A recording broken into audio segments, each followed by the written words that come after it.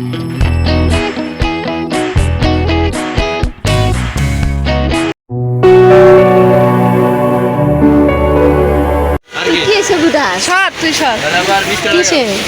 কিনতাছ দেখাবো না কার দেখাবি স্বামীকে এত দূরে থেকে তো করে এত চাইলে না ঠিক আছে ইতালি থাকে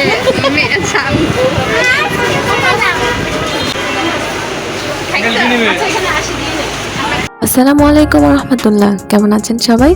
বেশ অনেকটা দিন পরে আপনাদের জন্য নতুন আরো একটি স্পেশাল ভিডিও নিয়ে চলে এসেছি।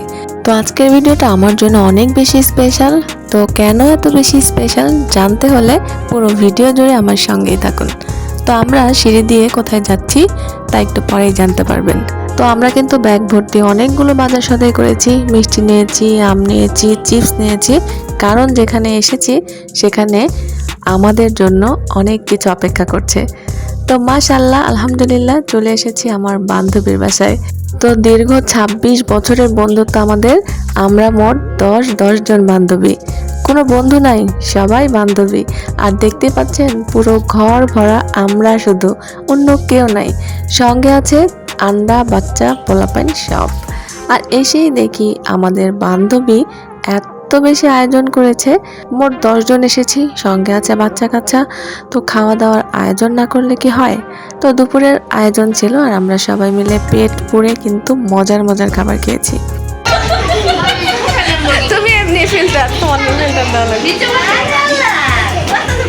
আর এই হচ্ছে আমরা 9 জন বান্ধবী। 10 জনের মধ্যে একজন নেই, তো 9 জন একসঙ্গে হওয়ার সুযোগ পেয়েছি। আর কেউ মিস করিনি। প্রায় 6 বছর পরে আবার আমাদের দেখা হলো। আর এই যে দেখতে পাচ্ছেন, ও হচ্ছে আমার নার্সারি ক্লাসের বান্ধবী। নার্সারি থেকে 1, 2, 2 বছরের সঙ্গে পড়েছি। আর ওই যে কোনায় ওর সঙ্গে 3, 4, 5 3 বছর পড়েছি। তারপরে আবার আমরা 3 জন একদম কাকতালীয়ভাবে গার্লস হাই স্কুলেও একসঙ্গে ভর্তি হই। এবং তারপর 3 বান্ধবী থাকার পরেও আরও 7 জন বান্ধবী আমাদের সঙ্গে জয়েন করে।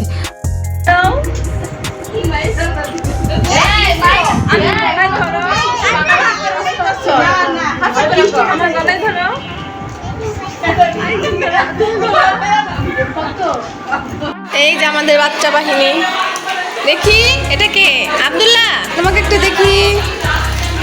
ওর নাম জানো কি? আব্দুল্লাহ, তোমার বোনের নাম কি?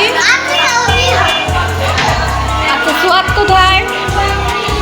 এই যে দেখেন, এই যে একজন মোবাইল দেখতেছে, আদন দিচ্ছে। এই যে সুরা, তোমার নাম কি? আকসা। আচ্ছা, এটা সোয়াদ। সব বাচ্চা বাহিনী। আর এটা হচ্ছে আমার ছেলে। তো 9 বান্ধবীর ছোট বাচ্চা সদস্য সবাইকেই নিয়ে আসা হয়েছে। শুধুমাত্র আমার মেয়ে এবং আমার নার্সারি কালের যে বান্ধবী ওর মেয়ে, এই 2 জন সিনিয়র বাচ্চাদেরকে নিয়ে আসি নাই, কারণ তারা অ্যাডজাস্ট হতে যাচ্ছে না। কারণ এখানে সব মায়েরা আছে, তারা 2 জন বড়, তাই ওরা আর আসেনি। তো দুপুরের খাবার দাবার, হাসি ঠাট্টা, আনন্দ ফুর্তি সবকিছু শেষে আবার আমরা বিকেলের নাস্তায় বসেছি। সেমাই, ফিরনি, চকলেট আরও অনেক কিছু। তো সব খাবার দাবার শেষ করে আমি কিন্তু অলরেডি বাসায় চলে এসেছি, কারণ আমার ছোট বাচ্চা।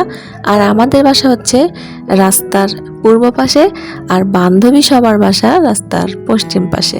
তো আমাকে যেহেতু রোড পার হয়ে আসতে হবে, তাই আমি আর দেরি করিনি। কিন্তু যারা দূরে থাকে তারা কিন্তু পড়ে গেছে।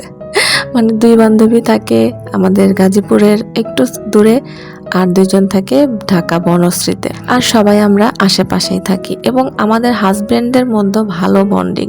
কেউই কারোর সঙ্গে পূর্ব পরিচিত না, কিন্তু আমরা যে বান্ধবী সে কারণে আমাদের হাজব্যান্ডরাও এটাকে মূল্যায়ন করে। তারাও একে অপরের সঙ্গে বন্ধুত্বসুলভ আচরণ করে এবং সবার সঙ্গেই সবার দেখা সাক্ষাৎ, কথাবার্তা, ফেসবুক, মেসেঞ্জার, হোয়াটসঅ্যাপ, যে কোনো যোগাযোগ মোটামুটি হয়। যাই হোক, 6 বছর পর বান্ধবীদের সঙ্গে দেখা হলো, আড্ডা হলো, গল্প হলো, মনটা অনেক ফ্রেশ।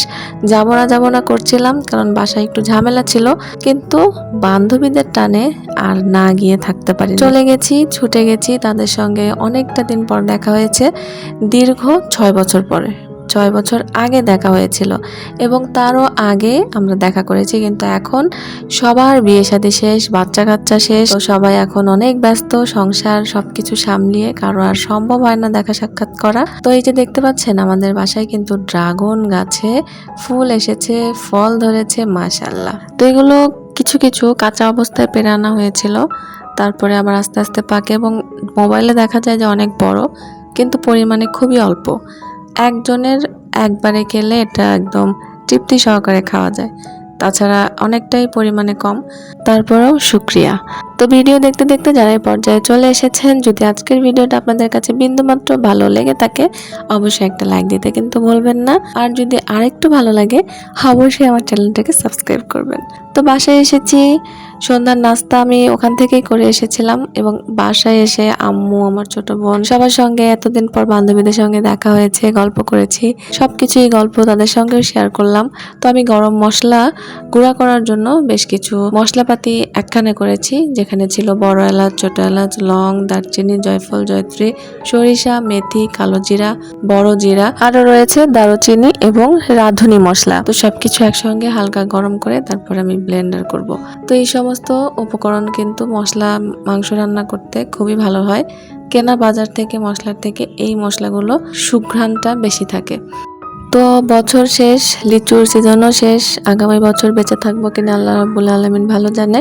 তো এই লিচুগুলোকে সংরক্ষণ করে রাখা হয়েছিল ডিপে এবং কোনো রকম তেমন ব্যবস্থা ছাড়াই শুধুমাত্র বক্সে রেখে দিয়েছিলাম। আর আমার বাচ্চারা লিচু খুবই পছন্দ করে, আম কাঁঠালের থেকেও বেশি লিচু পছন্দ করে ওরা, যার কারণে বেশ কিছু লিচু কিনেছিলাম এবং ফ্রোজেন করে রেখেছি। তো এগুলোকে এভাবে বের করে কিছুক্ষণ পানিতে ভিজিয়ে রেখে তারপরে যখন ছিলে খাওয়া হয়, আপনারা অবশ্যই বাসায় ট্রাই করবেন। অনেকেই দেখেছি অনেকভাবে লিচু সংগ্রহ করেছে, তো আমি কিন্তু তেমন কিছু করিনি, উপরে কোনো লবণ ছিটাইনি, পেপার দিয়েও মুড়িয়ে রাখিনি, শুধুমাত্র নর্মালি বক্সে ভরে রেখে দিয়েছি।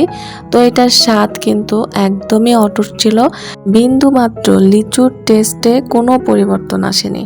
দেখতেই পাচ্ছেন ছিলতেও কিন্তু খুব সহজ হচ্ছে। অনেক সময় দেখা যায় যে বরফ বের করে খেতে গেলেও দাঁতে ধরে বা বরফটা খেতে অতটা ভালো নাও লাগতে পারে, তবে হয় পানিতে ডুবিয়ে রেখে কিছুক্ষণ অপেক্ষা করার পরে যখন আপনি ছিলে খাবেন, লিচুর ভিতরে যে রস এবং লিচুর যে স্বাদ কোনো রকম পরিবর্তন হয় না। তো এভাবে সংরক্ষণ করেছি প্রায় 3 বক্সের মতো, অলরেডি 2 বক্স শেষ, এখন আর একটা বক্স আছে। যখনই বাচ্চারা খেতে চায় বের করে দিই, কিছুক্ষণ পানিতে ভিজিয়ে রাখি, তারপর ওরা পেট ভরে মন ভরে খায়। তো পদ্ধতিটা কেমন অবশ্যই কিন্তু কমেন্ট করে জানাবেন। বর্তমান যুগে বন্ধুত্ব টিকিয়ে রাখা কিন্তু অনেক কষ্টকর। আমরা প্রায় 26 বছর যাবৎ এই বন্ধুত্বটাকে টিকিয়ে রেখেছি। বুঝতে পারছেন, নার্সারি জীবনের কালের বান্ধবী, এখন 2026 সাল, সবার বাচ্চা কাচ্চা হয়ে গেছে, সবাই মা হয়েছি, সবারই সংসার নিয়ে ব্যস্ততা, তারপরও আমাদের বন্ধুত্ব কিন্তু এখনো অটুট আছে। দোয়া করবেন যতদিন বেঁচে আছি যেন এভাবে আমাদের সম্পর্ক টিকিয়ে রাখা যায়। খুব অল্প সময়ে গ্রীষ্মকালীন এই সুস্বাদু ফল বাজারে পাওয়া যায়, আর এখন প্রায় লিচুর সিজন শেষ, তো ইনশাল্লাহ পরবর্তী বছরেও ঠিক এভাবেই যেন সংগ্রহ করতে পারি। তো আজকের মতো আমার এই ছোট্ট ভিডিও থেকে বিদায় নিচ্ছি। অবশ্যই নেক্সট কোনো ভিডিওতে কথা হবে। ভালো থাকবেন সবাই, আল্লাহ হাফেজ, আসসালামু আলাইকুম।